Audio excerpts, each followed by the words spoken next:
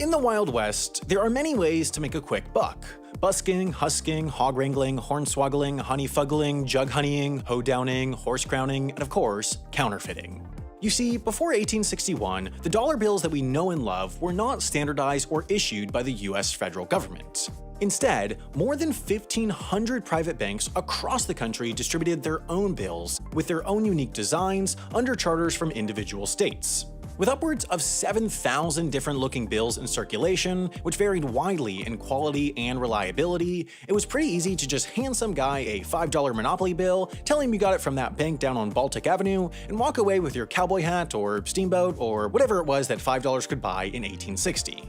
The problem was so bad, in fact, that directly after the Civil War, it's estimated that somewhere between a third and half of all US currency was counterfeit. That number is now believed to be well below 0.01%. Only the most intricate and highly engineered fakes can stay in circulation these days, and these sorts of bills require resources at the scale of an entire nation to pull off convincingly.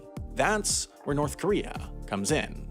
But hold on, you might say. What resources exactly? I mean, I have paper, I have a printer, and I have a pretty good idea of what a $20 bill looks like. Isn't that enough? Well, outrageously stupid viewer that I made up to segue into this section of the video, no. While our paper notes might seem fairly primitive, the US minting process is surprisingly costly, complex, and difficult to replicate. There are a number of reasons for this, but arguably the most important is that our paper money is not really made of paper.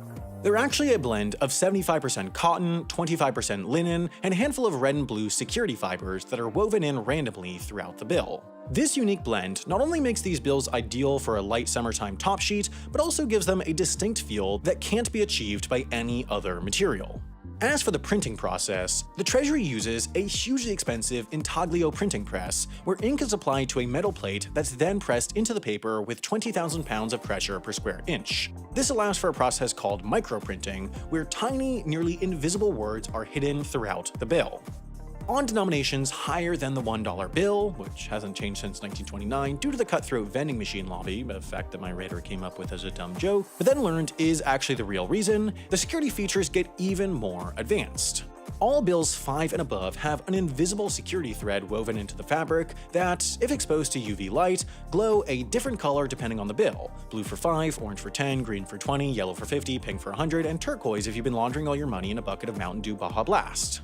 These bills also feature subtle watermarks that can be seen if held up to a bright light, and bills 10 and above use a magnetic color-shifting ink in the bottom right corner that changes from copper to green when tilted.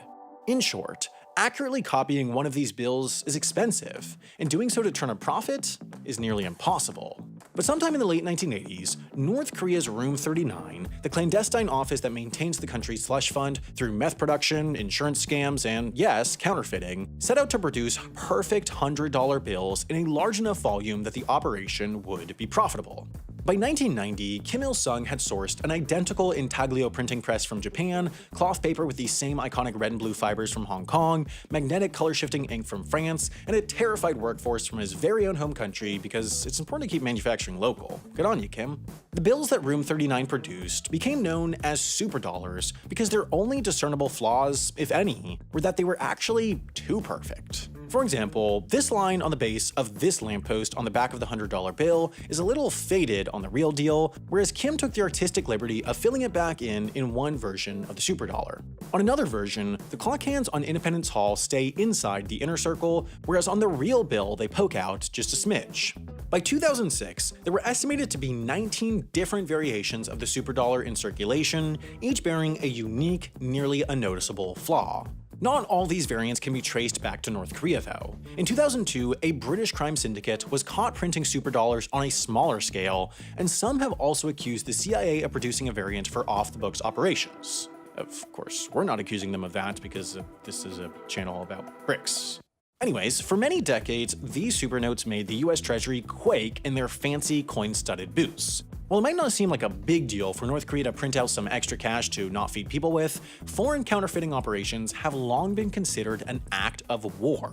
In World War II, for example, Hitler had seriously considered a plan to bomb Britain with piles of counterfeit cash, hoping to inflate their economy and cause it to collapse. Fortunately, or unfortunately if you're watching this from Pyongyang, the $100 bill got another high-tech redesign in 2013, and the trickle of superdollars out of Room 39 has seemingly, as far as we know, come to a halt.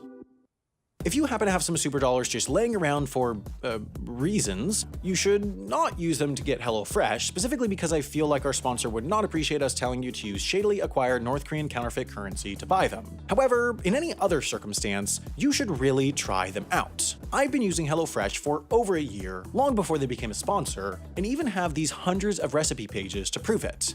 I started using them because I used to be a takeout addict. I found I just didn't have the time to make a meal from scratch every night, but takeout kits are unhealthy and expensive. With HelloFresh, I get healthy, delicious, and quick meal kits delivered straight to my door each week, which typically take about 30 minutes to make. For example, this week I made the bulgogi pork tenderloin, one of my favorite meals which I always pick when it's an option. Best of all, you can go to HelloFresh.com and use the code HAI12 to get 12 free meals, including free shipping, and you'll be helping to support HAI while you're at it.